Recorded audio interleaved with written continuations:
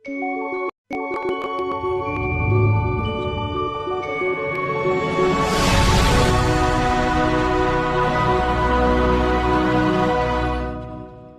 నామానికి మహిమ కలుగును గాక. మరి ఈ సమయము మరి దేవుని యొక్క వర్తమానము నిమిత్తం మనందరం కూడా మరి సమర్పించుకుందాం. ఒక ప్రత్యేకమైన మరి ఆలోచనతో మరి ఈనాటి వర్తమానం నేను సిద్ధపరుచున్నప్పుడు మరి దేవుడిచ్చిన మాట మరి మీ మధ్యలో కూడా పంచుకొని తెలిసిన విషయాల నుండి మరి కొత్తగా దేవుడు మాట్లాడుతున్నాడు. తెలిసిన సంఘటనల గురించి దేవుడు కొత్తగా మాట్లాడుతున్నప్పుడు మరి హృదయం ఎంతగానో సంతోషంతో నింపబడుతుంది. ఎంతమందికి జ్ఞానము నేర్చుకుంటే సంతోషం వస్తుంది? కొత్త విషయాలు నేర్చుకుంటే సంతోషం అనిపిస్తుందా? మీకు అనిపిస్తుందా? అవునా, అనిపిస్తుందా? చాలామందికి కొత్త విషయాలు నేర్చుకుంటే అరే కొత్త విషయం తెలుసుకున్న సంతోషం ఉంటుంది. కానీ వాక్యపు వెలుగులో ఉన్న ఆ కొత్త విషయాలు మనం చూస్తున్నప్పుడు, డిఫరెంట్ పర్స్పెక్టివ్స్ నుంచి పరిస్థితులను చూస్తున్నప్పుడు హృదయం ఎంతగానో ఉప్పొంగుతుంది. దావీదు భక్తుడు అంటాడు, నీ వాక్యము జుంటి తిన్నే దారుల కన్నా మధురమైనది. ఆయన ధర్మశాస్త్రం గురించి మాట్లాడతారు, అది వాక్యమే. జుంటి తిన్న దారుల మించిన మధురమైనది దేవా నీ మాటలు. అంటే ఈ మాటలు ఆనాటి కాలంలో చాలా తీయగా ఉన్న ఆ జుంటి తేనెను మించినది ఇస్తుంది. ఎందుకంటే ఇది శరీరానికి సంతోషము కాదు, కానీ మన అంతరంగంలో ఉన్న మన ఆత్మకు సంతోషాన్ని ఇస్తుంది. అంతరంగంలో నిద్రిస్తున్న కళ్ళను, మనోనేత్రములను తెలియజేస్తుంది. అది ఆ సంతోషము. మరి ఆ సంతోషమును మరి ఈ దినమున అందరము కూడా మరి పొందాలని ఆశపడుతున్నా. లెట్స్ టర్న్ బైబిల్స్ టు అపోస్తల కార్యాలు, acts of apostles. My favourite book, acts of apostles. Bible తెచ్చుకుని ప్రతి ఒక్కరు ఒకసారి బైబిల్ చూపిస్తారా? యవనస్తులు చాలామంది తెచ్చుకోలేదు, అవునా? రైట్. అపోస్తల కార్యాల నుండి 8వ అధ్యాయము. ఈరోజు కొద్దిగా మనము చేంజ్ చేద్దాం. స్త్రీలోంచి ఈరోజు వాక్యం చదవరు, కానీ పురుషుల నుంచి చదివిద్దాం వాక్యాలు ఇవాళ. ఎందుకంటే ఆరాధన మొదలు నుండి ఇప్పటి వరకు కూడా ఒక్కసారి కూడా వాయిస్ వినిపించలేవు ఆ సైడ్ నుంచి. నాకు ఓన్లీ ఈ సైడ్ ఉంది. నాకు అనుకున్నాను నా రైట్ సైడ్ చూపి పని చేస్తుందేమో, లెఫ్ట్ పని చేస్తలేదేమో అనుకున్నాను నేను. అవునా? Let's see. మీ మధురమైన స్వరాన్ని వినాలని ఇష్టపడుతున్నాను. అపోస్తల కార్యాల్లోని 8వ అధ్యాయము మొదటి 3 వచనాలు చదువుదాం ఒకసారి. ఆ కాలమందు యెరూషలేములోని సంఘమునకు గొప్ప హింస కలిగినందున అపోస్తలు తప్ప అందరూ యూదయ సమరయ దేశముల యందు చెదిరిపోయిరి. భక్తిగల మనుష్యులు స్తెఫనును సమాధి చేసి అతనిని గూర్చి బహుగా ప్రలాపించిరి. సౌలైతే ఇంటింట జొచ్చి పురుషులను స్త్రీలను ఈడ్చుకుని పోయి చెరసాల్లో వేయించి సంఘమును పాడు చేయుచుండెను. చాలండి. ఈ వాక్యాన్ని, ఈ 8వ అధ్యాయాన్ని దాదాపుగా మనం కంప్లీట్ చేయడానికి ప్రయత్నం చేద్దాము. ఈ 8వ అధ్యాయం అపోస్తల కార్యాల్లో దేని గురించి రాయబడుతుందంటే 3 విషయాల గురించి రాయబడుతుంది. మొదటిది సంఘానికి, ఆనాటి ఆదిమ సంఘానికి వచ్చిన సమస్యలు, హింస, పర్సిక్యూటెడ్ చర్చ్ గురించి మనము నేర్చుకుంటాము. రెండవది సమరయ గురించి నేర్చుకుంటాం. మూడవది ఫిలిప్ గురించి నేర్చుకుంటాం. ఈ 3 విషయాలు నేర్చుకుంటాం, అవునా? దీంట్లో మధ్యలో ఇంకో వ్యక్తి గురించి నేర్చుకుంటాం. ఆయన పేరే సౌలు. ఇంట్రొడక్షన్లో మనం అది నేర్చుకుందాం. ఇంట్రొడక్షన్ చూస్తున్నప్పుడు ఆ కాలమందు, మొదటి వచనంలో, ఆ కాలమందు యెరూషలేములో సంఘమునకు గొప్ప హింస కలిగి ఉన్నది. ఆ కాలము ఏ కాలము అపోస్తల కార్యాలోని మొదటి అధ్యాయం మనం చూస్తే మొదటి 8 వచనాల్లో ఒక విషయం మనకు కనపడుతుంది. యేసుక్రీస్తు ప్రభువారు మనుషుల చేతికి అప్పగింపబడి అన్యాయపు తీర్పు పొంది ఆయన శిలువ పైన ఆయన మరణించి సమాధి చేయబడి 3వ దినమున తిరిగి లేచిన తర్వాత 40 దినాలు తన శిష్యులకు అగుపడుతూ అనేక సూచక క్రియలు వారికి చూపిస్తూ పరలోక రాజ్య సువార్తను వారికి మరలా నేర్పిస్తూ తాను సజీవుడనై ఉన్నానని, నిజంగానే మరణాన్ని గెలిచిన వాడనని అనేక మార్లు వారికి కనపడి వారితో పాటు భోజనం చేసి ఆయన 40 రోజులు తన శిష్యులతో సహవాసం చేశారు. 40 రోజుల తర్వాత ఆయన పరలోక రాజ్యానికి ఆరోహణమై వెళ్ళిపోయారు. వెళ్ళిపోతూ ఒక ఆజ్ఞ ఇచ్చాడు. ఆ ఆజ్ఞ ఇచ్చి ఏమంటారంటే 8వ వచనం చూద్దాం. మొదటి అధ్యాయంలోని 8వ వచనం ఒకసారి చూద్దాం.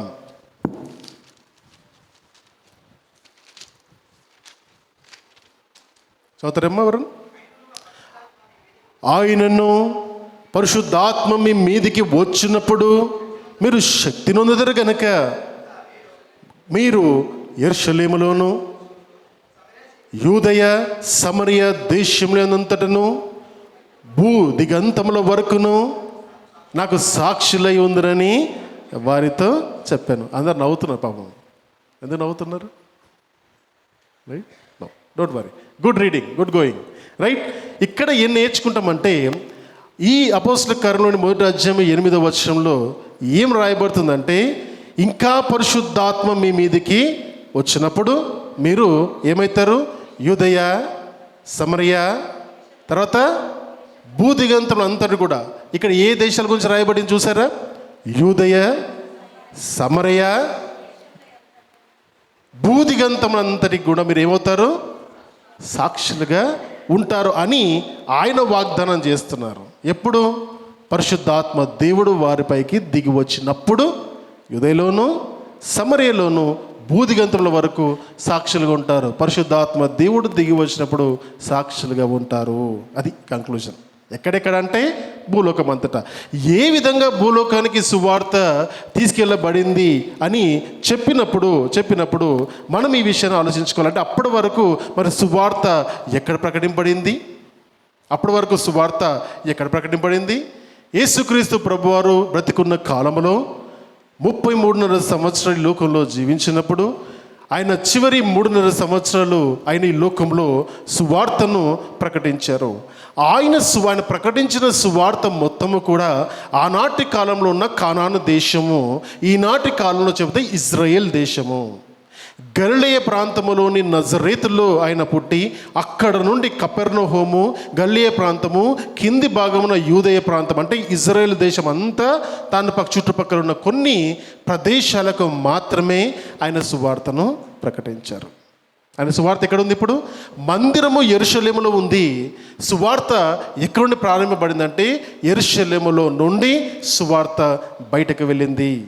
యేసుక్రీస్తు ప్రభువారు సిలువ వేయబడింది యెరూషలేములో, సమాధి చేయబడింది యెరూషలేములో, పునరుద్ధానుడయింది యెరూషలేములో, ఆయన పరలోక రాజ్యానికి ఆరోహణమైంది యెరూషలేములోని ఒలీవల కొండల దగ్గర. అందరూ చూస్తుండగానే పరలోక రాజ్యానికి ఆయన ఆరోహణమై వెళ్ళిన సందర్భాన్ని జ్ఞాపకం చేసుకుంటున్నప్పుడు నేర్చుకునే విషయం ఏంటంటే, ఆయన మనుషులందరినీ, ఆయన నమ్మిన బిడ్డలందరూ కూడా ఈ లోకంలో సాక్షులుగా ఉంటారని చెప్పిన మాట. అంటే సువార్త ఎక్కడుందప్పుడు? ఏ ప్రాంతంలో ఉంది? ఫాలో అవుతున్నారా? ఎక్కడుంది సువార్త అప్పుడు? కేవలము యెరూషలేములో మాత్రమే సువార్త ఉంది. కానీ ప్రభువారు 8వ వచనం, మొదటి అధ్యాయం 8వ వచనంలో చెప్పినప్పుడు ఏమంటున్నారు? పరిశుద్ధాత్మ మీ మీదకి దిగి వచ్చినప్పుడు మీరు శక్తి నొందుతారు. అప్పుడు మీరు యెరూషలేములోను యూదయ అంటే యూదయ అనే పట్టణం ఒక స్టేట్లో మీకు యెరూషలేము అనే పట్టణం కాబట్టి యూదయ, దానిపైన ఉన్న సమరయ, భూదిగంతం వరకు సాక్షులుగా ఉంటారంటే మరి ఇక్కడ నుండి అక్కడికి వెళ్ళాలి కదా. యెరూషలేములో ఉన్న సేవ, యెరూషలేములో జరుగుతున్న సువార్త భూదిగంతముల వరకు వెళ్ళాలి అంటే the triggering event is in chapter 8. 8వ అధ్యాయంలోని ఆ ట్రిగరింగ్ ఈవెంట్ జరుగుతుంది. ఆ మార్పు, ఆ ట్రాన్సిషన్ అవ్వడానికి ఒక ఈవెంట్, ఒక సందర్భం అక్కడ జరుగుతుంది. ఆ సందర్భాన్ని నేర్చుకుంటున్నాం. ఆ సందర్భమే ఆయన హింసను అలో చేశారు. ప్రపంచమంతా సువార్త వెళ్ళింది, ఇష్టపూరితంగా వెళ్ళలేదండి. నేర్చుకోవాలి. ప్రపంచమంతా సువార్త వెళ్ళింది, ఇష్టముతో వెళ్ళి సువార్త ప్రకటించడం కాదు. సమస్యలలో సువార్త ప్రకటింపబడింది, హింసలలో సువార్త ప్రకటింపబడింది. దానికి నాంది పలికింది 8వ అధ్యాయమే. మొదట ప్రారంభించబడింది 8వ అధ్యాయమే. ఆ కాలమందు యెరూషలేములో ఉన్నారు, యెరూషలేములో మాత్రమే సువార్త ప్రకటిస్తున్నారు, లేదా యూదయ ప్రాంతంలో మాత్రమే సువార్త ప్రకటిస్తున్నప్పుడు వాళ్ళు ఏమనుకున్నారంటే అక్కడున్న అపోస్తుల గురించి ఆలోచన చేస్తే ప్రభు అంత చెప్పినా బుర్రకెక్కలేదు, అర్థం కాలేదు. ఏమనుకున్నారంటే దేవుడు 12 మందిగా శిష్యులుగా ఉన్న మమ్మల్ని ఏర్పాటు చేసుకొని ఈ యెరూషలేము ఇజ్రాయేల్ ప్రాంతంలో ఉన్న 12 గోత్రాలకు వెళ్ళి మేము యేసుక్రీస్తు ప్రభు వారికి సాక్షులుగా ఉండాలని మమ్మల్ని దేవుడు ఏర్పాటు చేసుకున్నాడు కాబోలు అని కేవలం వారి సువార్తను యూదులకు మాత్రమే పరిమితం చేసుకున్నారు. ఎప్పుడైతే అపోస్తలుల కార్యాలు 2వ అధ్యాయంలో పెంతెకోస్తు దినమందు పెంటా 50th డే ఈస్టర్ తర్వాత, క్రీస్తు పునరుద్ధరణ లేచిన తర్వాత 49 రోజుల తర్వాత 50వ దినాన్ని, అంటే 7 శనివారాల తర్వాత వచ్చే ఆదివారమే పెంతెకోస్తు దినము. అంటే పెంతెకోస్తు దినము ఏ దినమున జరిగిందంటే ఆదివారం జరిగింది. పరిశుద్ధాత్మ దేవుడు ఏ దినమున పరలోకం నుండి ఈ లోకానికి వచ్చారంటే ఆదివారమున ఉదయకాల జామున జరిగింది. ఇది నేర్చుకోవాలి మనము. రైట్. ఆ పెంతెకోస్తు దినమందు దాన్ని వారముల పండుగ అని కూడా పిలుస్తారు పాత గ్రంథంలో. ఆ పెంతెకోస్తు దినమందు పరిశుద్ధాత్మ దేవుడు అక్కడ ఉన్న అపోస్తలులపైకి 120 మంది ఆ అప్పర్ రూమ్లో కూర్చున్నప్పుడు, మేడ మీద గదిలో కూర్చొని అందరూ ప్రార్థన చేసి ఏక మనసుతో ఏకాత్మతో ఎడతెగక ప్రార్థన చేస్తున్నప్పుడు అక్కడ పరిశుద్ధాత్మ దేవుడు దిగి వచ్చినప్పుడు, శక్తి నొందినప్పుడు ఆ నొందుకున్న బిడ్డలందరూ 120 మంది కూడా భాషల్లో మాట్లాడము ప్రారంభించారు. అప్పుడు కానీ వారికి అర్థం కాలేదు, దేవుడు కేవలము యూదులకు మాత్రమే దేవుడు కాదు, ఈ దేవుడు ప్రపంచంలో ఉన్న నరులందరికీ దేవుడే అని సూచించడానికి 17 రకాల దేశాల నుండి వచ్చిన ప్రజలు ఆ పెంతెకోస్తు పండుగను అందరూ కూడా ఆచరిస్తున్నప్పుడు వీరు భాషల్లో వారికి ఆ దేశాల్లో ఉన్న ప్రజలకు అర్థమయ్యే భాషలో హీబ్రూ భాష మాట్లాడే ఈ వ్యక్తులు దూర దేశాల్లో ఉన్న ప్రజల యొక్క భాషను మాట్లాడుతున్నప్పుడు వాళ్ళు అక్కడ ఉన్న ప్రజలు, పండగకు వచ్చిన ప్రజలు ఆశ్చర్యచకితులై వారిని చూస్తూ వీరేమి మా భాషలో మాట్లాడుతున్నారు. When you talk I understand. నేను మాట్లాడే భాష తెలుగు భాష, ఇక్కడ కూర్చున్న వారందరూ తెలుగు వారు కాబట్టి తెలుగు అర్థమవుతుంది. ఇక్కడ నేను ఒక ఇంగ్లీషో తమిళో మాట్లాడితే ఎంతమందికి అర్థమవుతుంది? అర్థం కాదు. అర్థమైందా? కానీ అక్కడ కూర్చున్న ప్రజలకు అది అర్థమైంది, దేవుని యొక్క సువార్త అర్థమైంది. That is event. ప్రపంచానికి దేవుడు సువార్త ప్రకటింపబడాలని పరిశుద్ధాత్మ దేవుని యొక్క సంకల్పము చేత ఆనాడు పెంతెకోస్తు దినమున పరిశుద్ధాత్మ దేవుడి లోకానికి మొట్టమొదటిసారిగా అరంగేట్రం చేసినట్టుగా చూస్తాము. దాని తర్వాత 2వ అధ్యాయము, 3వ అధ్యాయము, 4వ అధ్యాయం, 5, 6, 7 అధ్యాయాల్లో గొప్ప ప్రభంజనము సువార్తలు. కేవలం 12 మందిగా ఉన్నవారు 120 మందిగా మారారు. 120 మంది ఉన్నవారు 3000 మంది చేర్చబడ్డారు. 3000 మంది చేర్చబడ్డారు, ఇంకా 1000 మంది చేర్చబడ్డారు. వేలల్లో యేసుక్రీస్తు ప్రభువారు నిజమైన దేవుడని కేవలం కొంతకాలంలోనే అనేక మంది యూదులు యేసుక్రీస్తు ప్రభువారు నిజమైన దేవుడని, పాత నిబంధన గ్రంథంలో ధర్మశాస్త్రంలో చెప్పబడిన రాబోయే మెస్సియా ఆయనే అని నమ్మి విశ్వసించిన వారు సంఘంలో చేర్చబడ్డారు. అప్పుడే దాన్ని సంఘము అని పిలువబడింది. ఆ సంఘము చేత గొప్ప కార్యాలు జరుగుతున్నప్పుడు అక్కడ ఆనాటి కాలంలో ఉన్న శాస్త్రులు, పరిసయులు, సద్దూకయ్యులు, సన్హెద్రిన్ సభ వారు వారిపైన కన్నువేసి ఇది ఎక్కడికో వెళ్ళిపోతుంది, దీన్ని మనము ఆపాలి అని ఆ మధ్యలో ఉన్న ఒక వ్యక్తిని, స్టెఫెనును పట్టుకొని ఆయన హింసించి ఆయన రాళ్లతో కొట్టినప్పుడు అక్కడ నిలబడ్డాడు. అప్పుడు ప్రారంభించబడింది హింస. మొదటి హతసాక్షి స్టెఫెను.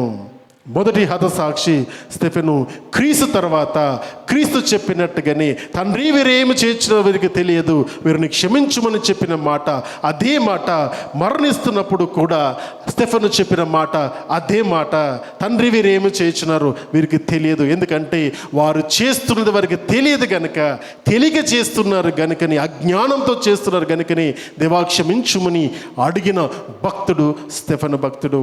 ఆ స్టెఫెను భక్తుని నుండే సంఘానికి హింస ప్రారంభించబడింది. ఒక మాట పైన కూడా చూద్దాము. 60వ వచనము, 7వ అధ్యాయము 60వ వచనము.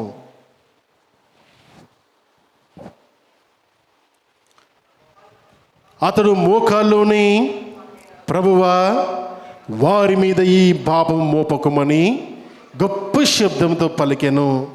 ఈ మాట పలికి నిద్రించిన స్టెఫెను పలికిన మాట అది. అక్కడ సౌలు అతన్ని చావునకు సమ్మతించింది. This is where the introduction of Saul. స్టెఫెను మరణించాడు, సౌలు ఇంట్రడ్యూస్ అయ్యాడు. అర్థమైందా? స్టెఫెను మరణిస్తేనే సౌలు ఇంట్రడ్యూస్ అవుతాడు. గొలియాతు వస్తేనే దావీదు ఇంట్రడ్యూస్ అవుతాడు. అర్థమవుతుందా? అదేవిధంగా సమస్య వస్తేనే విశ్వాసం ఏంటో బయటకు వస్తుంది. సమస్య లేకపోతే విశ్వాసము లేనట్టే. అంతేనా?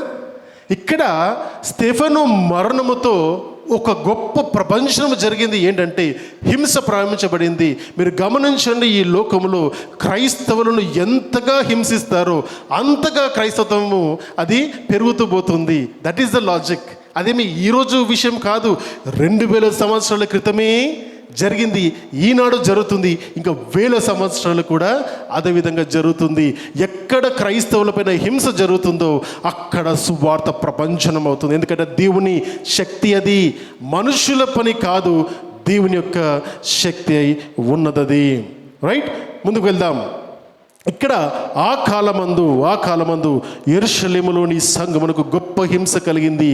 అంటే అక్కడ ఉన్న కేవలం స్టెఫెను మాత్రమే కాదు, కానీ అనేక మంది దేవుని నమ్మిన వాళ్ళపైన హింస చెలరేగుతుంది. దీని కొరకు అపాయింట్ చేయబడ్డ చీఫ్ ఆఫీసర్ సౌలు. అవునా? సౌలు ద చీఫ్ ఆఫీసర్ అయిన ఆయనకి ఇచ్చిన బాధ్యత ఏంటంటే ఈ ధర్మశాస్త్రాన్ని కాపాడవలసిన బాధ్యత సౌలు నీ పైన ఉన్నది. కాబట్టి నువ్వేం చేస్తావంటే గుర్రం వేసుకో, జనందరి దగ్గరికి వెళ్ళు, ఎవరెవరైతే ఆరాధన చేస్తున్నారో, ఎవరెవరైతే మందిరాల్లో సినగాగ్స్లో క్రీస్తును ప్రకటిస్తున్నారో, ఎక్కడెక్కడైతే యేసుక్రీస్తు ప్రభువారిని గురించి ప్రార్థిస్తూ ఆయన వేడుకుంటూ ఆయన్ని దేవుడుగా అంగీకరిస్తున్నారు, వారందరి ఇళ్ళలోకి వెళ్ళు, వారు కూడుకుంటున్న స్థలాల్లోకి వెళ్ళు, వాళ్ళు గుమ్ముగూడుతున్న అడవుల్లోకి వెళ్ళు, వాళ్ళు వెళ్తున్న ప్రదేశాలకు వెళ్ళి వారందరినీ చెరపట్టి ఇది మతం మార్పిడి అని చెప్పి అందరినీ ఈడ్చుకొనిరా ధర్మశాస్త్రానికి, ఆనాడున్న ధర్మశాస్త్రానికి, యూదా మతానికి వ్యతిరేకంగా ఉన్న ఈ జనాంగాన్ని, యూదులకు యూద మతానికి శత్రువులుగా మారుతున్న క్రైస్తవులను ఏం చేయంటే నువ్వు శిక్షించు, బంధించు, చెరసాల్లో వేయి, మరణము చేయి, అన్ని మాఫ్ నీకు, ఫుల్ పవర్స్ నీకు ఇచ్చామని సౌల్ అని యవ్వనస్తుని చేతికి అప్పగించాడు. అర్థమవుతుందా? ఇప్పుడు జరిగేది కొత్తేం కాదు. అవునా? ఒక మతానికి వ్యతిరేకంగా ఇంకో మతం రేగిందని చెప్పడము ఇప్పుడు కొత్తేం కాదు. ఒకప్పటి నుండి అదే ఉంది. అర్థమవుతుందా? రైట్, ముందుకు వెళ్తే సౌల్ యొక్క ఇంట్రడక్షన్ జరిగింది. ఆయనను అపాయింట్ చేసినప్పుడు ఆయన ఒక మాట చేస్తున్నారు. చూడండి, సౌలు గురించి మంచి మాట చెప్తుంది. భక్తిగల మనుషులు స్టెఫెను సమాధి చేసి అతని గూర్చి బహుగా ప్రలాపించిరి. అయితే సౌలైతే ఇంటింట చొచ్చి పురుషులను స్త్రీలను ఈడ్చుకొని పోయి చెరసాల్లో వేయించి సంఘంను ఏం చేస్తున్నాడు? పాడు చేస్తున్నాడు. ఈనాటి కాలంలో సంఘాన్ని ఎంతమంది పాడు చేస్తున్నారు? అనేక మంది పాడు చేస్తున్నారు. చక్కగా ప్రార్థన చేసుకుంటున్న మందిరాలకు పోయి చెరబడి, అవునా, అక్కడ భక్తిలో మునిగి ప్రపంచానికి కొరకు ప్రార్థన చేస్తున్న వారిని చెదరగొట్టే మనుషులు ఎక్కువైపోయారు. ఆనాడు కూడా అదే జరిగింది. అక్కడి నుండి ఏం జరిగిందంటే సౌలు అపాయింట్ చేయబడి ఇంటింటికి వెళ్ళి అక్కడ ఉన్న మనుషులందరినీ కూడా, స్త్రీలను చూడలేదు, పురుషులను చూడలేదు, అందరినీ ఈడ్చుకొని వచ్చి బందీలుగా చేసి కొడుతూ హింసిస్తున్నాడు. గమనించండి మై డియర్ ఫ్రెండ్స్, ఎవరైనా సరే యేసుక్రీస్తు నమ్ముకున్నాను, సంతోషము సమాధానం అనుకుంటే ఇది వస్తుంది. అర్థమవుతుందా? కేవలము నా అవసరతలు తీర్చేవాడు మాత్రమే యేసుక్రీస్తు అనుకుంటే భ్రమ. ఎందుకంటే నీ అవసరతలు వాడకుండా తీరుస్తాడు. దాని కొరకు దేవుని దగ్గరికి రావద్దు, దేవుని కొరకు బ్రతకడానికి రావాలి. ఈ సంఘాన్ని హింసిస్తున్న ఆ సౌలు తనకు జీవనాధారం ఇదే. నాకు ఏమనుకున్నాడంటే నా జీవితానికి ఇదే పర్పస్ ఏమో, నేను ఒక కారణ జన్ముని ఈ లోకములో ఉన్న క్రైస్తవులందరినీ కూడా హింసించి బంధించే గొప్ప ఉద్దేశాన్ని దేవుడు నా జీవితం పట్ల ఉంచాడు అనుకున్నాడు సౌలు. పాపము అనుకొని చెదరగొట్టడము, చంపడము, చెరసాల్లో వేయడము, హింసించడము తన జీవితం యొక్క అల్టిమేట్ పర్పస్ అనుకున్నాడు సౌలు. అనుకొని ఆ పనిగా చేస్తున్నాడు. ఈ సౌలు పౌలుగా మారాడు. పౌలుగా మారడంటే ఇదేంది? ట్రాన్స్ఫర్మేషన్ తర్వాత పౌలు కాదండి, తన పేరే షాల్ పౌలస్. తన అసలు పేరే షాల్ పౌలస్ అనే పేరు అది. కానీ అన్యజనుల మధ్యలో తన పేరును షౌల్ అంటే సౌలు అని పిలిపించుకుంటే యూదుడని తెలిసిపోతుంది. కాబట్టి తన పేరును ఎక్కడ సౌలు అని చెప్పకుండా పౌలు అని చెప్పడము ఆయన ప్రారంభించాడు. చాలామంది ఏం చేస్తారంటే మారుమనసు ముందు సౌలు, మారుమనసు తర్వాత పౌలు అనుకుంటారు. కాదండి, రెండు ఆయన అసలు పేరు అది. ఎందుకంటే ఆ గ్రీక్ రోమన్ కల్చర్లో ఏ విధంగా ఉండేదంటే మనుషులకు రెండు పేర్లు ఉండేటివి.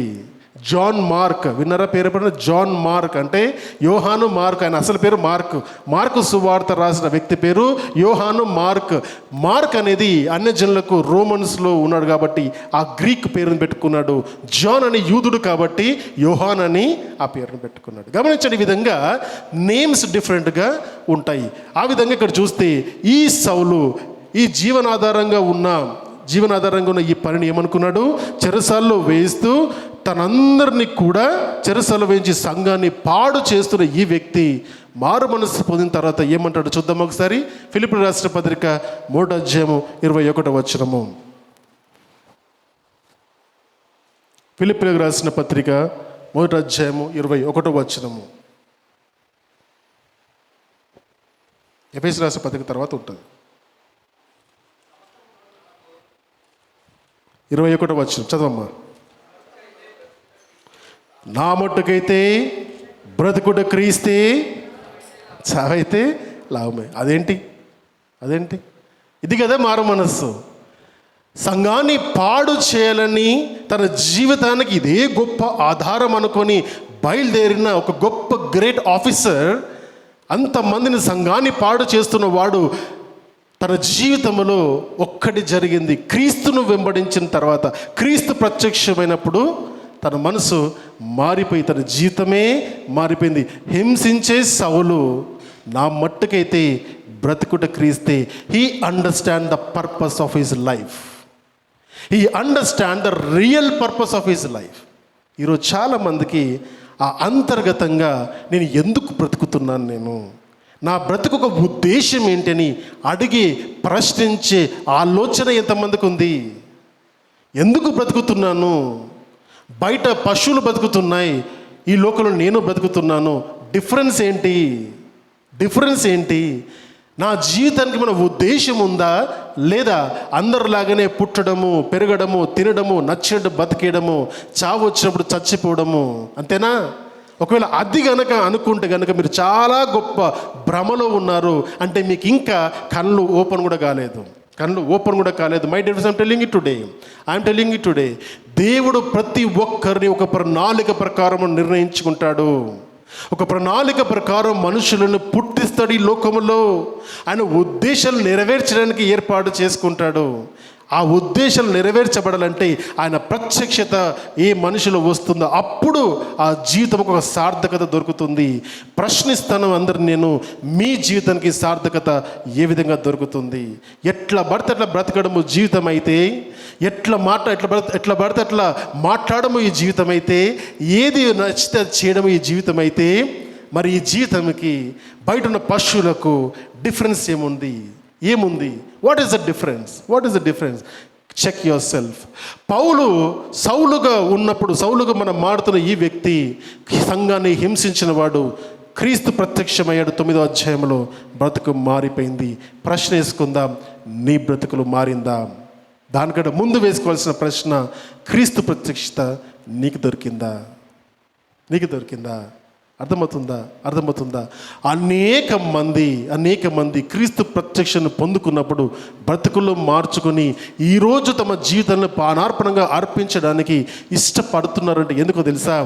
క్రీస్తు ప్రత్యక్ష దొరికింది కాబట్టి వాళ్ళ మనస్సు మారింది, వాళ్ళ జీవితానికి ఒక గోల్ దొరికింది, ఉద్దేశం దొరికింది. ఆ ఉద్దేశం దొరికిన ప్రతి ఒక్కరు నోటి నుండి వచ్చే మాట, నా మట్టుకైతే బ్రతుకుట క్రీస్తు కొరకే, చావైనా లాభమే. ఎందుకంటే చావును చూసి భయపడడు మానవుడు, మరణం ఒక్కదానికే భయపడతాడు. దేవుడు మనుషులు నిన్ను శరీరంని మరణం వరకు తెచ్చించే వానికి భయపడకు, నీ ఆత్మను నీ శరీరంను కూడా నరకంలో వేయగల దేవుడు ఉన్నాడు, ఆయనకు భయపడు అంటాడు. ఈ శరీరమును భయపడుతూ బతికినా, పాపంతో బ్రతికినా ఏదో ఒక దినము ఈ శరీరాన్ని విడిచి వెళ్ళవలసిందే. కానీ ఈ శరీరం విడిచి వెళ్ళే దినం అప్పుడు నువ్వు వెనక్కి తిరిగి నీ జీవితాన్ని చూసుకుంటే ఏం సాధించావు? ఒక్కడికన్నా అనుకొచ్చామా? నీ కొరకు నువ్వు మాత్రం బ్రతికితే స్వార్థపూరితమైన జీవితము, ఎదుటి వారి కొరకు బ్రతకడం నేర్చుకుందాం. అదే జీవితానికి గొప్ప సాఫల్యత ఇస్తుంది. ఇక్కడ పౌలు అంటాడు, దేవుని తెలుసుకున్నాను కాబట్టి నా జీవితము మార్చబడింది. This is all about the హింస అండ్ ద సాల్. సాల్ గురించి నేర్చుకున్నాం. హింస వచ్చింది, తర్వాత ఏం జరిగిందో చూద్దాం. 4వ వచనం చదమ్మా. కాబట్టి చెదిరిపోయిన వారు సువార్త వాక్యమును ప్రకటించుచు సంచారము చేసిరి. కాబట్టి చెదిరిపోయిన అంటే ఏం జరిగింది? ఇక్కడ యెరూషలేములో హింస వచ్చి వేల మంది యూదా మతములో ఉన్నవారు క్రైస్తవ మార్గంలోకి, దేవుని యొక్క మార్గంలోకి నడిపింపబడ్డప్పుడు వారిని చెదరగొట్టడానికి సౌలు అనే వాడిని పంపించి అనేక సైన్యము ద్వారా వీళ్ళందరినీ చెదరగొట్టారు. ఏమనంటే, ఇది నీవు క్రైస్తవుడు ఉండడానికి ఉండే దేశము కాదిది, ఇక్కడ ఉండేది ఇది యూదా దేశము. ఈ యూదా దేశంలోనే యూదులే ఉండాలి, ఈ యూదా దేశంలో క్రైస్తవులు ఉండకూడదని క్రైస్తవులను యూదా దేశం నుండి చెదరగొట్టారు. గమనించండి, ఇప్పుడు జరుగుతుంది, కొత్త కాదు, అప్పుడు ఆల్రెడీ జరిగింది. ఈ దేశము మాది, ఈ మతంకి సంబంధించిన వారిది ఈ దేశం అనుకుంటే కొత్త ఏం కాదు. దేవుని మార్గాన్ని అనుసరించే వారందరికీ ఎదురయ్యే ప్రశ్న ఇది. అర్థమవుతుందా? చెదిరిపోయిన వారు ఏం చేస్తున్నారు? ఇది ఇంపార్టెంట్. అక్కడ చెదిరిపోయారు, బాగానే ఉంది. ఇజ్రాయెల్ దేశము వారి దేశాన్ని వదిలేటి దాదాపుగా 1900 సంవత్సరాలు చెదిరిపోయారు వాళ్ళు. సువార్త కొరకు కాదులేండి, అవునా? సువార్త కొరకు కాదు, రైట్. చెదిరిపోయిన వారు ఏం చేస్తున్నారు? సువార్త వాక్యంను ప్రకటించుచు సంచారము చేస్తున్నారు, సువార్త వాక్యం ప్రకటిస్తున్నారు. గమనించండి, హింస కలిగింది, ఆ ప్రదేశంలో ఉండలేని పరిస్థితి, అందరూ ఆ ప్రదేశాన్ని, ఆ దేశాన్ని వదిలిపెట్టి చుట్టుపక్కల ఏ ప్రాంతం ఉంటే ఆ ప్రాంతంలోకి వెళ్ళిపోయే పరిస్థితి. రెండు రకాలుగా చూడొచ్చు. మొదటి రకము యెరూషలేములో మాత్రమే సువార్త ప్రకటిస్తున్నప్పుడు, యెరూషలేము పట్టణంలో బ్రతకడము, ఇంకా సువార్త బహిరంగంగా ప్రకటించే పరిస్థితులు లేవు కాబట్టి యెరూషలేములో ఉండడము కరెక్ట్ కాదని భయపడి వెళ్ళిపోయారు అనుకున్నారు. ఇక్కడ మేము బెదిరిస్తే బెదిరిపోయి వాళ్ళు తూకముడుచుకొని ప్రాంతాన్ని వదిలేసి పారిపోయారు, పిరికి సన్నాసులు అనుకుంటున్నారు. ఈ పిరికోలు ఏం చేశారు? చెదిరిపోయిన వాళ్ళందరూ కూడా రెండో పర్స్పెక్టివ్, భయపడి వెళ్ళిన వారిలాగా చూడొచ్చు. రెండవ పర్స్పెక్టివ్, దేవుని యొక్క గొప్ప ఉద్దేశము ఆ హింస ద్వారా ప్రారంభించబడింది. సువార్త ప్రపంచవ్యాప్తంగా వెళ్ళడానికి గల కారణము హింస. హింస వచ్చినప్పుడు చెదిరిపోయారు. చెదిరిపోయిన వారు భయపడుతూ పిరికితనంతో ఇళ్ళల్లో కూర్చోలేదు. ఈనాడు అనేక మంది క్రీస్తుని నమ్ముతున్న కుటుంబాలకు ఇష్టం లేదని ఇళ్ళల్లో కూర్చుంటున్నారు. There will be a time ఇంట్లో కూర్చున్న ప్రతి ఒక్కరూ బహిరంగ బయటకు వచ్చి నేను క్రీస్తుని నమ్ముతున్నా చెప్పే దినాలు రాబోతున్నాయి. సే హల్లెలూయా. దానికి ఆ విధంగా జరగాలి అంటే ఇక్కడ చెదిరిపోయిన వారు ఏం చేశారో, ఈ చెదిరిపోతున్న పరిస్థితులు వచ్చినప్పుడు వారు అదే చేయాలి. వాళ్ళు ఏం చేశారంటే దేవుని యొక్క ఉద్దేశాన్ని తెలుసుకొని ఈ ప్రాంతంలో సువార్త ప్రకటించే అవకాశము లేదు కాబట్టి I'll move to some other place, నేను ఇంకో ప్రాంతానికి వెళ్ళిపోతాను. వెళ్ళిపోయి అక్కడ ఆగుతారా? ఒక్కసారి దేవుణ్ణి విశ్వసించిన ఒక విశ్వాసి, జీవితం మార్చబడిన విశ్వాసి తన నోరును, తన ప్రవర్తనను దేవుని సువార్త ప్రకటించకుండా తన జీవితాన్ని జీవించలేడు. ఒకవేళ గనుక నా పక్కవాడికి, నా ఆఫీస్లో ఉన్నవాడికి నేను క్రీస్తు గురించి చెబితే ఏమనుకుంటారు అనుకుంటావేమో. నేను చెప్తా నేను అస్సలు సిగ్గుపడ, అస్సలు భయపడ. ఎందుకంటే నాకు ఈ ఉద్యోగం కాకపోతే ఇంకో ఉద్యోగం చేసుకుంటాను. అర్థమైందా? నీ బ్రతుకుతో క్రీస్తుని ప్రకటించు. మాటలతో మాత్రమే కాదు, బ్రతుకుతో క్రీస్తుని ప్రకటించు. నువ్వు బ్రతికితే నువ్వు చెప్పే మాట వింటారు. క్రీస్తును అంగీకరించిన ఈ విశ్వాసులందరూ కూడా యెరూషలేము నుండి బయటకు వెళ్ళి వాళ్ళు సువార్త ప్రకటిస్తున్నారు. నిజంగా క్రీస్తును అంగీకరిస్తే, my dear friends, I'm telling you today క్రీస్తును ప్రకటించకుండా ఉండలేవు నీవు. ఆ హృదయం ఉర్రు తొలగుతుంది. నా దేవుని గురించి తెలియని అనేకమంది జనాంగానికి నేను చెప్పాలి. అది ప్రేమ. అనేక మంది అజ్ఞానముతో, మూఢ భక్తితో ఎటు పడితే అటు వెళ్ళిపోతున్నారు. వీళ్ళందరికీ దేవుని యొక్క సువార్తను ప్రకటించే బాధ్యత నాకు. వెలుగు దొరికింది, దొరికిన వెలుగు నేను అనేక మందికి వెలుగును పంచాలన్న ఆశ నీలో వస్తుంది.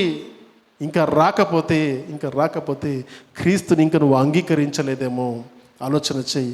నీ నోరు దేవుని కొరకు మాట్లాడలేకపోతుందంటే నీ హృదయంలో దేవుడు ఉన్నాడు. ఒకసారి చెక్ చేసుకో. మేబీ పైకి మాత్రమే క్రైస్తవులుగా ఉన్నారేమో. అందుకని ఈరోజు పైకి భక్తి గెలేవారుగా ఉండి దేవుని యొక్క శక్తిని ఎరగని వారు అనేక మంది ఉన్నారు. కనుకనే ఈ లోకంలో, ఈ కాలంలో ఒకప్పుడు క్రైస్తవులంటే సున్నిత భావం కలిగిన వారు, ఒకప్పుడు క్రైస్తవులంటే ప్రేమను చూపించేవారు, ఒకప్పుడు క్రైస్తవులంటే వాళ్ళు త్యాగము చేసేవారు, ఒకప్పుడు క్రైస్తవులంటే అందరి కొరకు ప్రార్థన చేసేవారు.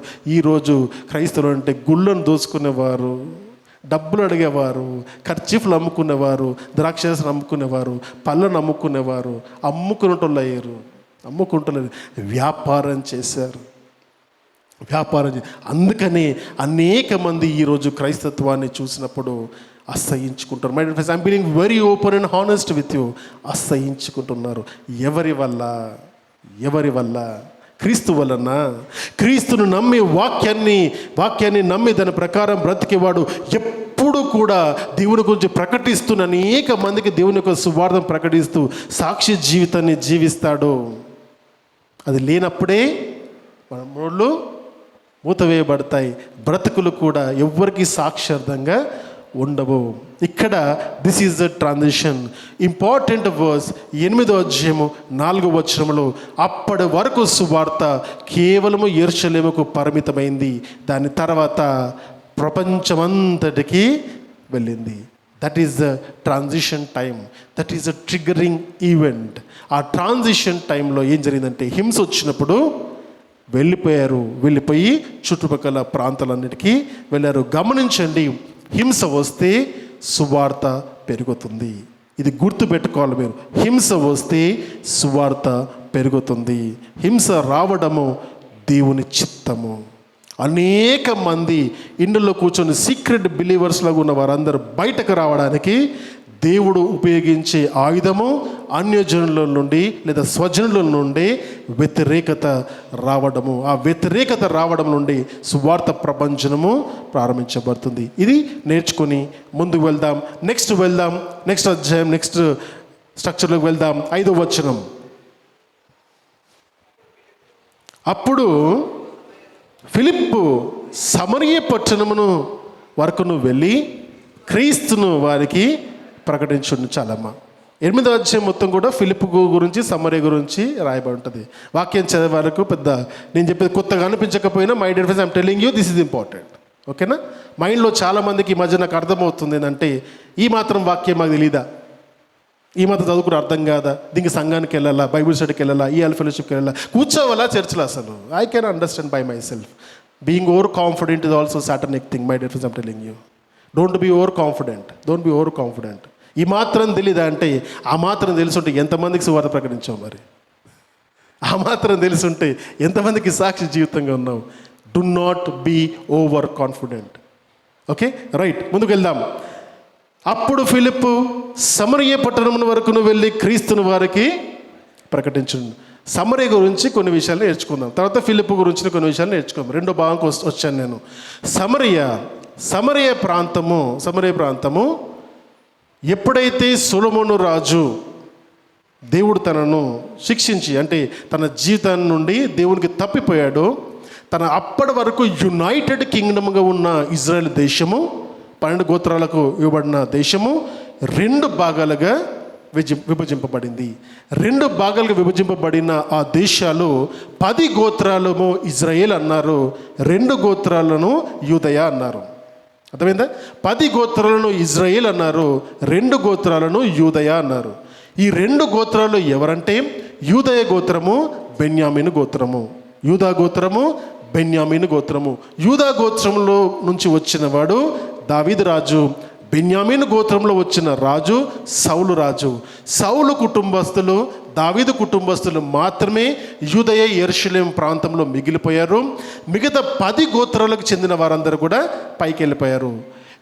అప్పుడు 2 దేశాలుగా విభజింపబడింది. ఇది 2 దేశాలుగా, ఒక దేశము 2 దేశాలుగా, 2 కింగ్డమ్స్గా విభజింపబడింది. అందుకని మొదటి సమయంలో, 2వ సమయంలో, మొదటి రాజులు, 2 రాజులు, మొదటి దినవృత్తాంతం, 2 దినవృత్తాంతాలు చదువుతున్నప్పుడు ఇక్కడ యూదయలో ఒక రాజు ఉంటే ఇజ్రాయేల్లో ఒక రాజులాగా మనకు చెబుతూ ఉంటారు. దాని అర్థం అదే, డివైడెడ్ కింగ్డమ్ డివైడ్ అయినప్పుడు అక్కడ ఒక రాజు పరిపాలన చేస్తాడు, ఇక్కడ ఒక రాజు పరిపాలన చేస్తాడు. కాబట్టి ప్రవక్తల్ని గురించి చదువుతప్పుడు కూడా ఈ ప్రవక్త ఏ దేశానికి సంబంధించిన వాడు, యూదయ ప్రాంతానికి వచ్చిన ప్రవక్తన, ఇజ్రాయేల్ దేశానికి సంబంధించిన ప్రవక్తనని మనం చదువుకుంటూ జాగ్రత్తగా చదివితే అర్థమవుతుంది. అయితే రైట్, ఇప్పుడు యూదయ దేశంగా ఉన్న ఈ 2 గోత్రాల్లో ఉన్న దానికి క్యాపిటల్ సిటీ కావాలి. ఆ క్యాపిటల్ సిటీ యెరూషలేం పట్టణము క్యాపిటల్ సిటీ.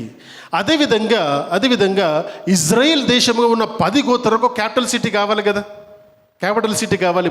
ఆ క్యాపిటల్ సిటీయే సమరియా అనేది ఇజ్రాయెల్ దేశానికి క్యాపిటల్ సిటీగా ఉంది. ఆ క్యాపిటల్ సిటీలో ఉండి ఆ దేశంలో 10 గోత్రాల వారు, అక్కడ మొదటిసారిగా ఎన్నిక చేయబడ్డ రాజు యెరోబాము, సొలొమోను యొక్క సర్వ అధికారిగా ఉన్న ఆయన యెరోబాము ఆ దేశానికి రాజుగా అయ్యాడు. సొలొమోను యొక్క కుమారుడు రెహోబాము ఇక్కడ మొదటి రాజుగా ఉన్నాడు. కాబట్టి యెరూషలేములో ఉన్న ప్రజలు ఒక ఆలోచన, పండుగ వస్తే యెరూషలేముకి వెళ్ళాలి, యెరూషలేమే మా దేవాలయం అనుకుని ఇక్కడ నుండి అందరు అక్కడ పోయి మళ్ళీ అందరు కలిసిపోతారేమో యెరోబాము దురాలోచన చేసి వాడు ఏం చేశాడంటే సమరయలో కూడా ఒక సంఘం కట్టాడు. దీని గురించి ఎక్కడ ప్రస్తావిస్తారు? సమరయ స్త్రీతో యేసు ప్రభు మాట్లాడుతున్నప్పుడు, అదిగో ఆ కొండ మీద కూడా మాకు మందిరం ఉంది అంటారు.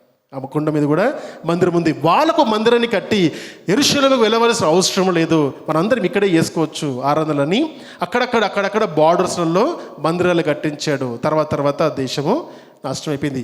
722 BC అస్సీరియా సామ్రాజ్యము ప్రపంచాన్ని మొట్టమొదటిసారి ప్రపంచం అంతటిని కూడా పరిపాలించిన మొదటి రాజ్యము అస్సీరుల సామ్రాజ్యము.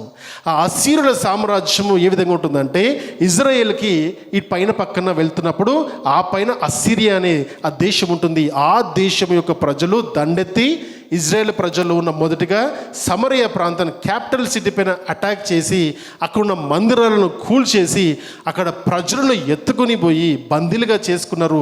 ఆ కాలం మొదలుకొని దాదాపు 150-200 సంవత్సరాల వరకు కూడా వారందరూ కూడా అసిరులతో అన్యజనులతో కలిసిపోయే సాంగత్యం చేశారు. కాబట్టి సమరయులను ముట్టరు, మాట్లాడరు, పెళ్లికి తీసుకోరు యెరూషలేములో ఉన్న యూదేయ ప్రజలు. ఎందుకంటారంటే, మీరు యూదులు మాతో మాట్లాడరు కదా సమరయులతో. ఎందుకంటే వీరు మిక్స్డ్ కల్చర్. సమరయుల వారు మిక్స్డ్ కల్చర్ అంటే ఏంటంటే, ఇటు యెహోవా దేవుని నమ్ముతారు, అటు అన్య దేవతలను కూడా నమ్ముతారు. వాళ్ళని పూజించే ప్రజలు ఉన్నారు, వీరేం పూజించే ప్రజలు ఉన్నారు. యూదులుగా ఉన్న వీరు అన్యజనుల పిల్లలను పెళ్ళిళ్ళు చేసుకునేవారు, పెళ్ళికి ఇచ్చేవారు. ఈ విధంగా జరిగినప్పుడు ఒక మిక్స్డ్ కల్చర్ అనేది అక్కడ వచ్చినప్పటి నుండి ఏమైందంటే, ఆ సమరయులను ఈ యూదులు అసహించుకోవడం ప్రారంభించారు. అందుకని ఆ ప్రాంతానికి కూడా వెళ్ళరు వీళ్ళు. వారు కనపడితే వీళ్ళు కొడతారు, వీళ్ళు కనపడితే వాళ్ళు కొడతారు. ఇప్పుడు ఇండియా పాకిస్తాన్కి ఏ విధంగా ఉందో, ఏం శత్రుత్వం ఇప్పటికి ఎవరికి అర్థం కాదు. అవునా, ఏ శత్రుత్వం అర్థం కాదు. కానీ ఇప్పటికీ కూడా వాళ్ళని చూస్తేనే ఏదో, మన పాకిస్తాన్ చూడంగానే ఏదో శత్రువుని చూస్తాం. ఎట్లా శత్రువు అయ్యాడు వాడు మనం చూస్తే వాడు మన శత్రువు అంటే ఎట్లా శత్రువు అయ్యావు? 2 మనుషుల వల్ల అయ్యారు. చరిత్ర చదువుకోండి, అర్థమైందా? మధ్యలో తెలంగాణ ఆంధ్ర అట్లయింది. రాజకీయం వల్ల మనుషులు విభజింపబడ్డారు. ఆ కాలంలో కూడా రాజకీయం వల్ల మనుషులు విభజింపబడ్డప్పుడు ఒకరికొకరు శత్రువులుగా మారిపోయారు. ఈ విధంగా ఉన్న పరిస్థితుల్లోకి చెదిరిపోయిన ఈ యెరూషలేములో ఉన్న వారి నుండి ఒక భక్తుడు ఫిలిప్పు ఆ ప్రాంతానికి వెళ్ళి అక్కడ సువార్త ప్రకటించడానికి వెళ్ళాడు. ఆ భక్తుడు ఎవరు, ఏ విధంగా భక్తుడు చూద్దాం. 6వ అధ్యాయం చూద్దాం ఒకసారి. 6వ అధ్యాయం చూద్దాం, 5వ వచనం. 6వ అధ్యాయం 5వ వచనం. ఈ మాట జనసమూహం అంతటికి ఇష్టమైనందున వారు విశ్వాసముతోనూ పరిశుద్ధాత్మతోనూ నిండుకున్న వాడైన స్టెఫెను, ఫిలిప్పు అండర్లైన్ చేసుకోవాలి, ప్రోకోరు, నికానోరు, తీమోను, పర్మెనాసు, యూదుల మత ప్రవిష్టుడును అంతియోకే వాడును అగు నికోలాసు అన్న వారిని 7 మందిని ఏర్పాటు చేసుకున్నారు. దేని కొరకు? వీళ్ళని డీకెన్స్ అంటారు. డీకెన్ కాన్సెప్ట్ ఇక్కడ నుండే వచ్చిందన్నమాట. అంటే పరిచారకులు, సంఘానికి పరిచారకుల్లాగా వీళ్ళని ఏర్పాటు చేసుకున్నారు. అపోస్తులు వాళ్ళు సువార్త ప్రకటిస్తున్నప్పుడు ఏమారంటే, జనం ఎక్కువ అయిపోయేసరికి అందరికీ సమయం ఇవ్వడం కుదరదు. కాబట్టి వాళ్ళు ఏమారంటే, మీకు నచ్చిన ఒక 7 మందిని ఏర్పాటు చేసుకోండి. వాళ్ళు ఉండవలసిన క్వాలిటీస్ ఏంటివో 3వ వచనంలో ఉంటుంది. ఆ క్వాలిటీస్ ఏంటివంటే, ఆత్మతోనూ జ్ఞానముతోనూ మంచి పేరు పొందిన 7 మనుషులను మీలో ఏర్పరచుకునండి. ఆత్మతోనూ జ్ఞానముతోనూ మంచి పేరు. ఇవి లీడర్షిప్ క్వాలిటీస్. సంఘములో లీడర్గా ఉండాలనుకున్న వాడు ఆత్మతో నింపబడి ఉండాలి, జ్ఞానముతో నింపబడి ఉండాలి, మంచి పేరు కలిగిన వాడే ఉండాలి. ఇవి ఉంటేనే లీడర్గా ఉండడానికి అర్హత, లేకపోతే లేదు. అర్థమైందా? కేవలము జన సమూహాన్ని ఏర్పాటు చేసుకుంటే లీడర్లు అయిపోరు. చాలా సంఘాలు ఆ విధంగా జరుగుతుంది కూడా, రైట్? అయితే ఆలోచన చేస్తే ఈ క్వాలిటీస్ ఉన్న వారిలో చూస్తే 7 మందిలో ఒకడుగా ఉన్నవాడే ఫిలిప్పు. ఇప్పుడు అర్థమైందా? ఫిలిప్ ఎవరు? రైట్. ఇప్పుడు ఈ ఫిలిప్ ఏం చేస్తున్నాడు? యెరూషలేములో అపోస్తులతో పాటు సువార్త ప్రకటించి ఆ వ్యక్తి ఎటెళ్ళాడు? సమరయకి వెళ్ళినప్పుడు వాళ్ళు ద్వేషించే దేశము, ఆ ద్వేషించే ప్రదేశానికి మరి ఈ ఫిలిప్పు ధైర్యంగా వెళ్ళాడు. ఫిలిప్ గురించి చాలా తక్కువ మందికి తెలుసు. తను చేసిన కార్యాల గురించి కేవలం ఒకే అధ్యాయం రాయబడింది, కానీ అద్భుతమైన వాక్యాలు రాయబడ్డాయి. చూద్దాము. క్రీస్తును వారికి ప్రకటించుచుండెను. 6వ వచనం. జనసమూహములు విని ఫిలిప్పు చేసిన సూచక క్రియలను చూచినందున అతడు చెప్పిన మాటలు యందు ఏక మనసుతో, అండర్లైన్ చేసుకోవాలి, ఏక మనసుతో లక్ష్యముంచగా అనేకులను పట్టిన అపవిత్రాత్మలు పెద్ద కేకలు వేసి వారిని వదిలిపోయిను. పక్షవాయువు గల వారును కొంటి వారును అనేకులు స్వస్థత పొందిరి. అందుకు ఆ పట్టణంలో మిగిలిన సంతోషము కలిగెను.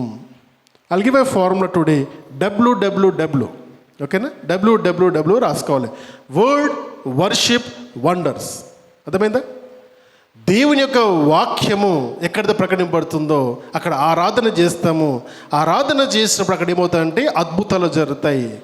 Word worship wonders go hand in hand. గమనించారా? కొంతమంది సువార్త ప్రకటన అనుకుంటే, దేవుని క్రీస్తుని అనుకుంటే అద్భుతాలే అనుకుంటారు. ఆ సంఘానికి వెళ్తే అద్భుతాలు అవుతున్నాయి అనుకుంటారు. అద్భుతాలు అవుతున్నాయండి అంటారు. అర్థమైందా? కేవలం అద్భుతాల కొరకు సంఘాలు ఉండేయండి. వాక్యము, ఆరాధన, అద్భుతాలు, అద్భుతాలు, ఆరాధన, వాక్యము కలిసే ఉంటాయి. ఇవన్నీ కూడా part and parcel of every ministry. సువార్తలో భాగమది. అనేక మంది మన సంఘంలో కూడా అనేక మంది స్వస్థపరచబడ్డారు. అవునా? అనేక మంది స్వస్థపరచబడ్డారు. It is part and parcel of the ministry. కేవలము స్వస్థతలు మాత్రము, అద్భుతాలు మాత్రమే సంఘంలో ఉండదు. దేవుని యొక్క సువార్త అన్నీ కలిపే ఉంటుందన్న విషయాన్ని జ్ఞాపకం చేసుకోవాలి. ఫిలిప్పు వెళ్ళి మొదటి వారికి సువార్త ప్రకటించాడు. చదవండి ఇక్కడ వచ్చి మరోసారి 5వ వచనం. అప్పుడు ఫిలిప్పు సమరయ పట్టణం వరకును వెళ్ళి క్రీస్తును వారికి ప్రకటించండి. గమనించండి, తాను మొదట చేసింది క్రీస్తును ప్రకటిస్తున్నాడు. ఎవరికి ప్రకటిస్తున్నాడు? సమరయులకు ప్రకటిస్తున్నాడు. సమరయ దేశంని మనం చూసాము. 722 BCలో అస్సీరులు ధ్వంసం దేశమది 10 గోత్రాలను లెక్కకు లేకుండా ఎత్తుకెళ్ళిపోయారు. ఆ 10 గోత్రాలు కనుమరుగైపోయాయి. అస్సీరుల సామ్రాజ్యము అంత భయంకరంగా నాశనం చేసింది. కింద ఉన్న యూదయ ప్రాంతాన్ని నెబుకద్నెజరు బబులోను మహాసామ్రాజ్యం, 2వ మహాసామ్రాజ్యం వాళ్ళు వచ్చి 70 సంవత్సరాలు చెరకు తీసుకెళ్లారు. రైట్. ఈ విధంగా అక్కడ మిక్స్డ్ కల్చర్లో అన్ని జనులు ఉన్నారు, యూదులు ఉన్నారు, అన్ని కలిసిన వారు కూడా ఉన్నారు. వారికి క్రీస్తును ప్రకటించినప్పుడు జన సమూహములు ఫిలిప్పు చెప్పిన సువార్త విని ఏం చేశారు? నమ్మారు. ఈరోజు ప్రశ్న, ఎన్నిసార్లు సువార్త విన్నావు? ఎన్నిసార్లు దేవుని గురించి విన్నావు? ఎన్ని వాక్యాలు వినుంటాం? నమ్ముతున్నావా? డోంట్ టెల్ మీ నమ్మాను కాబట్టి ఇక్కడ కూర్చుని అనొద్దు నాతో. అవునా? నమ్మాను కాబట్టి ఇక్కడ కూర్చుని అనొద్దు. నమ్మితే నువ్వు వెళ్ళి సువార్త ప్రకటిస్తావు. నమ్మితే సాక్షిగా ఉంటావు. దానికోసం కూడా ఒక మాట నేను కింద చెబుతాను మీకు. వాక్యము ప్రకటింపబడ్డప్పుడు వాక్యాన్ని నమ్మారు. అద్భుతాలు మాత్రమే కాదు, సూచక క్రియలు మాత్రమే కాదు, దయ్యాలు వెళ్ళగొట్టబడమే కాదు, వండర్స్ మాత్రమే కాదు, సువార్త. యేసుక్రీస్తు ప్రభువారు ఈ లోకానికి వచ్చి ఈ లోకములో ఉన్న ప్రజలందరి తరఫున పరిశుద్ధుడు పాపిగా మారి శిలువ మరణం పొంది మనుషులు పొందవలసిన ఆ శిక్షను తనపైన వేసుకొని లోకమంతటి కొరకు ఆయన మరణించి 3వ దినము తిరిగి లేచాడు. ఆ లేచాడని, నా కొరకు వచ్చి మరణించి తిరిగి లేచాడని చెప్పడము సువార్త. దాన్ని నమ్మడమే విశ్వాసము. ఆ విశ్వాసం గురించి ఇక్కడ మాట్లాడుతున్నారు. క్రీస్తును వారి మధ్యలో ప్రదర్శించినప్పుడు వారు నమ్మారు, విశ్వసించిన ప్రతి ఒక్కడు క్రైస్తవుడయ్యాడు. క్రైస్తత్వము మతము కాదండి. క్రైస్తత్వము ఒక గొప్ప భక్తి మార్గము. ఎప్పటికి అర్థం చేసుకుంటారు ప్రజలు, అర్థం కాదు. ఇది భక్తి మార్గము. ఉదయకాలం జామున మార్నింగ్ వాట్సాప్లో అందరికి ఒక మెసేజ్ పెట్టాను. ఈరోజు నేను ఏం పెట్టాను? ఒక చిన్న ఫోటో పెట్టాను. ఫోటోలో 2 వ్యక్తులు ఉంటారు. ఒక పక్కన ఉన్నవాడు రిలీజియస్ పర్సన్, ఇంకో పక్కన ఉన్న వ్యక్తి ఏమో వాడు స్పిరిచువల్గా ఆత్మీయంగా ఎదగాలనుకున్న వ్యక్తి. మతముకు, మార్గానికి, ఆత్మీయ ఎదుగుదలకు డిఫరెన్స్ చాలా చిన్న ఫోటోలో కనపడుతుంది. అదేంటంటే, మతాన్ని నమ్మిన వాడు మొక్కను నాటి కళ్ళు మూసుకొని ప్రార్థన చేస్తుంటాడు, దేవా దీన్ని మొక్కను ఎదిగించని. మతము గుడ్డితనము. క్రీస్తు యొక్క మార్గము, స్పిరిచువాలిటీ, ఆత్మీయ జీవిత విధంగా ఉంటే మొక్కబెట్టి దానికి ఎరువు పెట్టి దానికి నీళ్లు పోస్తూ దాన్ని కాపాడుకుంటాడు. ఎదుగుదల. అర్థమవుతుందా? ఆత్మీయ జీవితం అంటే కేవలం వచ్చి కళ్ళు మూసుకొని ప్రార్థన చేయడం కాదు, బయటకెళ్ళి పని చేయడము. క్రియ లేని విశ్వాసము ఒంటిదే మృతమైపోతుంది, చచ్చిపోతుంది విశ్వాసము. పని చేయాలి, కష్టపడాలి, అవునా, చెమటోర్చాలి, ఎదుటోడికి పనికొచ్చేటట్టు ఉండాలి, ఎదుటోడికి సహాయం చేయాలి, ప్రేమించగలగాలి. ఇవన్నీ కూడా నీ ఆత్మీయ జీవితంలో అనుభవాలు. క్షమించగలగాలి, ఆదరించగలగాలి. ఇవన్నీ ఆత్మీయ జీవితంలో నువ్వు ఎదుగుతున్నావని చెప్పడానికి ఉపయోగించే సాధనాలు. కేవలం నేను ఆదివారం వచ్చి ప్రార్థన చేస్తా, ఆదివారం అయిపోయిన తర్వాత నాకు ఇష్టం వచ్చినట్టు బ్రతికేస్తా అంటే నువ్వు మతములో ఉన్నావు. మతము నిన్ను చంపేస్తుంది, మతం నిన్ను చంపేస్తుంది. ఎందుకంటే చెట్టు దానంతరం అంటే నీళ్లు పోయకపోతే చచ్చిపోతుంది. అదేవిధంగా కేవలం నమ్మాను, నేను ఏమీ చేయను, ఎటువంటి ఎదుగుదల వరకు నేను వెళ్ళను అనుకుంటే, my dear friends, I'm telling you, you can not. ఆత్మీయ జీవితం ఎప్పటికీ ఎదగదు, ఎప్పటికీ ఎదగదు. ఇది ఇంటర్నల్. ఒక మాట చెప్తాను, Christianity is not external conversion, Christianity is internal conversion. హృదయము మార్చబడ్డము క్రైస్తత్వము. బాహ్యంలో సర్టిఫికెట్లు ఉండేది క్రైస్తత్వం కాదు, పేరు పెట్టుకోవడంలో క్రైస్తత్వం కాదు, బొట్టు పెట్టుకోకపోవడం క్రైస్తవం కాదు, తెల్ల చీరలు కట్టుకోవడం క్రైస్తత్వం కాదు. బ్రతుకు మారడము క్రైస్తత్వము. బ్రతుకు మారితే ఆ బ్రతుకు బయట అందరికీ కనపడుతుంది. కనపడేటట్టు బ్రతుకుతాం మనము. నీ బ్రతుకుతో క్రీస్తును ప్రకటించాలి, మన బ్రతుకుతో క్రీస్తును ప్రకటించాలి, మన వేష భాషలతో కాదు, వేష భాషలతో కాదు. చూద్దాం, ఇక్కడ సువార్త ప్రపంచము సమరయ వరకు వెళ్ళింది, ఫిలిప్ వరకు వెళ్ళింది. అనేక మంది ఆ పట్టణంలో ఈయనని నమ్మారు. తర్వాత ఇంకొంచెము కింది వాక్యాలకు వద్దాం. కింది వాక్యాలకు వద్దాం. 9వ వచనము. సీమోనను ఒక మనుష్యుడు లోగడ ఆ పట్టణంలో గారడి చేయుచు తానెవడో ఒక గొప్పవాడనని చెప్పుకొనుచు సమరయ జనులను విభ్రాంతి పరుచుండను. కొద్దివాడు మొదలుకొని గొప్పవారు మట్టుకు అందరూ దేవుని మహాశక్తి అనబడిన వాడు ఇతడే అని చెప్పుకొనుచు అతని లక్ష్య పెట్టిరి. అతడు బహుకాలము గారడి చేయుచు వారిని విభ్రాంతి పరుచుందని వారు అతనిని లక్ష్య పెట్టిరి. అయితే ఫిలిప్పు దేవుని రాజ్యమును గూర్చి యేసుక్రీస్తు నామమును గూర్చి సువార్త ప్రకటించుండగా వారు అతని నమ్మి పురుషులను స్త్రీలను బాప్తిజం పొందిరి. అప్పుడు సీమోను కూడా, ఈ గారడి వాడైన సీమోను కూడా నమ్మి బాప్టిజం పొంది ఫిలిప్పును ఎడబాయకుండి సూచక క్రియలను గొప్ప అద్భుతములు జరుగుట చూచి విభ్రాంతి పొందెను. మంత్రగాడు మారాడు. సింపుల్ మాట చెప్పి, మంత్రగాడు మారాడు. ఎవరు మారుతున్నారు దేవుని వాక్యం విని? మంత్రగాళ్ళు. ఈ లోకంలో చేసి గారడీలు చేసే ఆ మంత్రగాళ్ళు దేవుని వాక్యాన్ని విని నమ్ముతున్నారు. My dear friends, I'm telling you, ఎవరైనా మారుతారు. మారాల్సిందే. ఎందుకంటే ఇది దేవుని రాజ్యము, దేవుని మార్గము. తెలుసుకున్నవాడు, రుచి చూచినవాడు, హృదయాన్ని మార్చుకోనుకున్నవాడు మారిపోతాడు. ఇంకొక వ్యక్తి నమ్మి ఏం చేశాడైనా నమ్మి బాప్టిజం పొందాడు. ఇంకొక మాట చూసి నేను ముగిస్తాను. ఇదే సమరయ నుండి 26వ వచనం. ప్రభుదూత నీవు లేచి దక్షిణముగా వెళ్ళి యెరూషలేము నుండి గాజాకు పోయి అరణ్య మార్గమున కలుసుకోమని ఫిలిప్పుతో చెప్పగా అతడు ఐథియోపియుల రాణి అయిన కందాకి క్రింద మంత్రి అయి ఆమె యొక్క ధనాగారం అంతటి మీదనున్న ఐథియోపియుడైన నపుంసకుడు ఆరాధించుటకు యెరూషలేమునకు వచ్చి ఉండెను.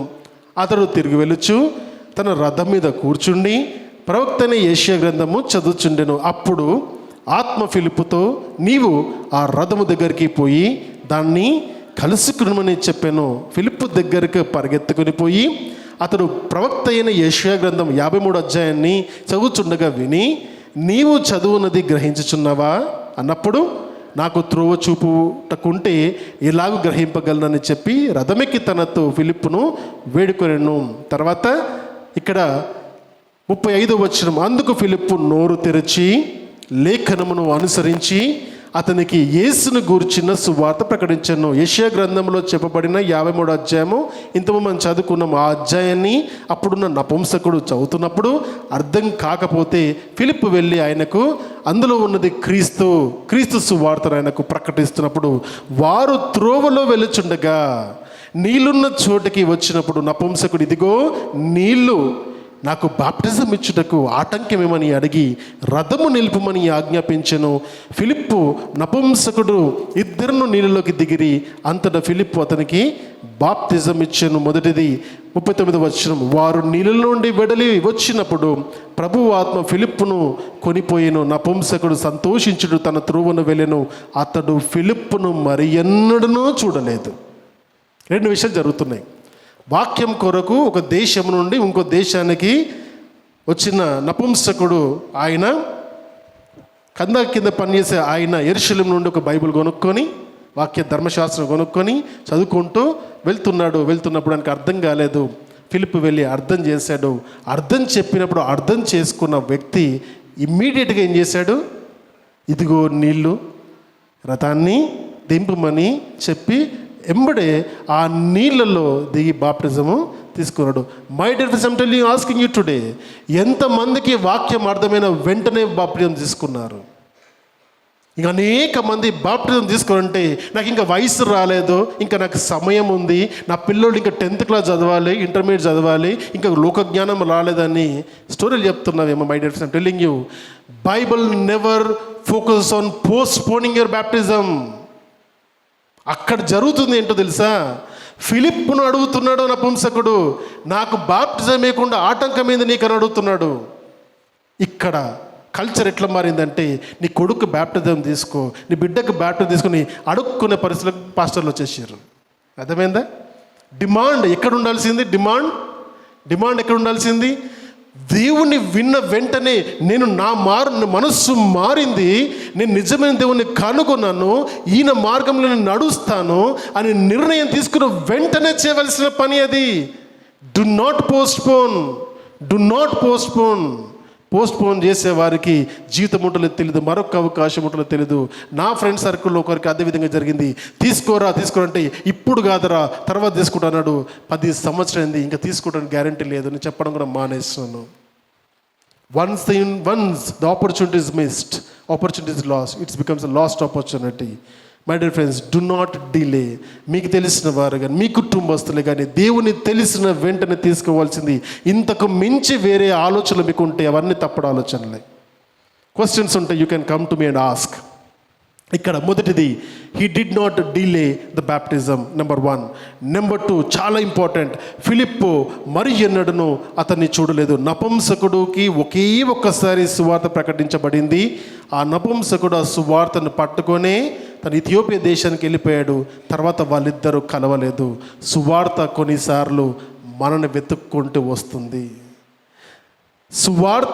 సమరీయులకు సువార్త ప్రకటించడానికి ఫిలిప్పు సమరయ వరకు వెళ్ళి అక్కడ ఉన్న వారికి సువార్త ప్రకటించాడు. సువార్త వెళ్ళింది, ఇక్కడ సువార్త వచ్చింది. అర్థమైందా? సమరయలు ఉన్న వారికి సువార్త ప్రకటింపబడింది. ఇథియోపియుడు దగ్గరికి సువార్త లాక్కొని తీసుకెళ్ళబడింది. సువార్తలో 2 భాగాలు. మనము దేవుని దగ్గరికి వస్తాము, కొన్నిసార్లు దేవుడే మన దగ్గరికి పంపిస్తాడు. ఈరోజు ఈ దినమున ఈ మధ్యాహ్న కాలంలో దేవుని ఆలయంలో కూర్చున్న నీవు అనుకోకుండాను యాదృచ్ఛికంగా నువ్వు ఉన్నావు, లేదా ఈ వాక్యాన్ని యాదృచ్ఛికంగా నువ్వు వింటున్నావంటే, no my dear friends, no. God has a plan for you. ఈ మాటలు నీ చెవులో పడుతున్నాయి, నీ హృదయం వరకు వెళ్ళగలుగుతుందంటే దేవుడు నిన్ను తన సన్నిధికి పిలుస్తున్నాడని నువ్వు నేర్చుకో.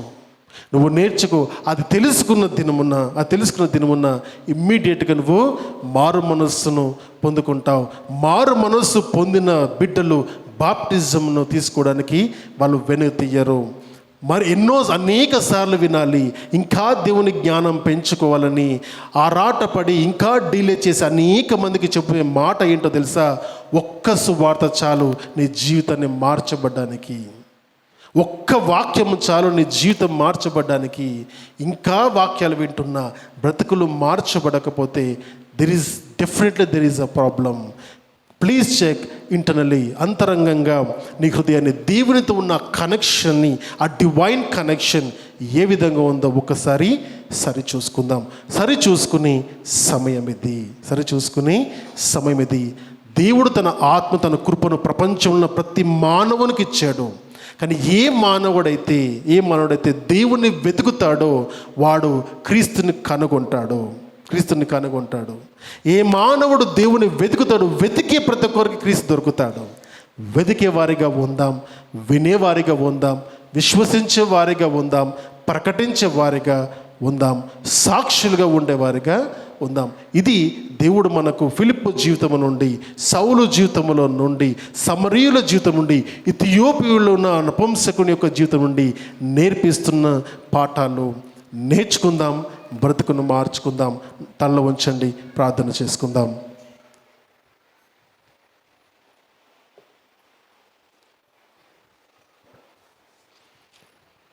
ప్రభు నేర్పించిన పాఠము ఆయన కొరకు బ్రతకడం. ప్రభు అయిన యేసు 2000 సంవత్సరాల క్రితమే మనందరి కొరకు ఆయన మరణించున్నాడు. మనమందరము బ్రతకాలని, పరలోక రాజ్యంలోకి వెళ్ళాలని తను పాపిగా మారి ఈ లోకపు యొక్క అధికారుల చేతికి అప్పగింపబడ్డాడు. ఆయన నమ్మిన బిడ్డలు భక్తి మార్గములో వారి జీవితాలను మార్చుకొని బ్రతుకుట క్రీస్తు కొరికి, చావైతే లాభమే అని చెప్పి ఆ జీవితం యొక్క గొప్ప పాఠమును ఈరోజు మనము నేర్చుకున్నాం. ఆలోచన చెయ్యి. నీ జీవితంలో ఒక సార్థకత కావాలి అంటే క్రీస్తు దగ్గరికి రా. నీ జీవితం యొక్క ఒక గొప్ప ఉద్దేశం ఏంటో తెలుసుకోవాలంటే క్రీస్తు దగ్గరికి రా. నీ జీవితము ఒక ఉన్నతముగా ఉండాలి అంటే క్రీస్తు దగ్గరికి రా. పవిత్రమైన జీవితం, పరిశుద్ధమైన జీవితం, ఆత్మతో నింపబడిన జీవితం, సాక్ష్యంతో నింపబడిన జీవితం కావాలా? క్రీస్తు దగ్గరికి రా. నమ్ము, ఆయనని విశ్వసించు, తన వాక్యమును. దేవుడు నీ జీవితాన్ని మార్చేస్తాడు. నమ్మినవాడు సే ఆమేన్. ప్రార్థన చేసుకుందాం. పరిశుద్ధమైన దేవా, మీకు స్తోత్రములనైనా. మహిమగల రాజువు నీవు, మహిమాన్వితుడువు నీవు. మా కొరకు దేవా పరలోక రాజ్యాన్ని వీడిన వాడవు. పాపులుగా ఉన్నను, ఇంకా పాపములో బ్రతుకుతున్నను మమ్మల్ని అందరినీ చీరదీసిన వాడవు నాయనా. తృణీకరింపబడవలసిన వారం అయినప్పటికీ హక్కును చేర్చుకున్నారు దేవా. మీ కొరకు సాక్షి జీవితాన్ని జీవించినట్లుగా మీరు ఏర్పాటు చేసుకున్న మేము మీ కొరకు బ్రతుకుతాం. అనేక మందికి మీ ప్రేమ సువార్తను ప్రకటిస్తాం. ఈ లోకాన్ని తలకిందులు చేయగల క్రీస్తు ప్రేమను ప్రపంచానికి ప్రకటించడానికి ఏర్పాటు చేయబడ్డ సమితులుగా ఉన్నామన్నైనా. ఏర్పాటు చేసిన విధానం బట్టి కృతజ్ఞతలు దేవా. మమ్మల్ని ఏర్పాటు చేసుకున్నారు అనేక మంది కొరకు ప్రార్థించడానికి, అనేక మంది బాగుండాలని, అనేక మందికి స్వస్థతలు కలగాలని, ప్రపంచంలో శాంతి సమాధానం ఉండాలని ఈ దినమున ప్రార్థన చేస్తున్నాం. మీరు ఏర్పాటు చేసిన బిడ్డలమునైనా మీ వాక్యాన్ని వినిపింపచేశారు. భయంకరమైన పరిస్థితుల గుండా సంఘం వెళ్ళినప్పుడు ఆ హింస మీ ప్రణాళికని నేర్చుకున్నాం. హింసించేవాడు మీ సాధనంగా మారాడునైనా తండ్రి. వెలివేయబడిన ప్రాంతంలోకి సువార్తను తీసుకెళ్లారు. వెతుకుతున్న వాడికి నీ సువార్తను అందింపచేశారు. వెంటనే మార్పు కలుగుతుంది. ఈ వాక్యం విన్న బిడ్డలు కూడా వెంటనే మార్పు పొందుటకు సహాయం దయచేయండి. వారి యొక్క మారు మనసు పొందడానికి ఇవ్వబడిన ఈ సమయాన్ని వారు ఎవ్వరు కూడా ఇంకా డిలే చేయకుండా వారి మనస్సులను తండ్రి మీ స్వాధీనంలో ఉంచుకోండి. మంచి మార్గం వైపు నడవడానికి ఇష్టపడుతున్న బిడ్డలందరికీ తీసుకున్న నిర్ణయాన్ని స్థిరపరచమని అడుగుతున్నాం. ఈ సమయాన్ని మాకు ఇచ్చిన కృతజ్ఞతలు చెల్లిస్తూ ఈ బల కార్యక్రమంలో దేవా మీరే మాకు తోడుగా నడిపించమని యేసయ్య అతి శ్రేష్టమైన నామములో ఈ ప్రార్థన అడుగుచున్నాను నా పరమ తండ్రి. Amen, amen, amen. God bless you all.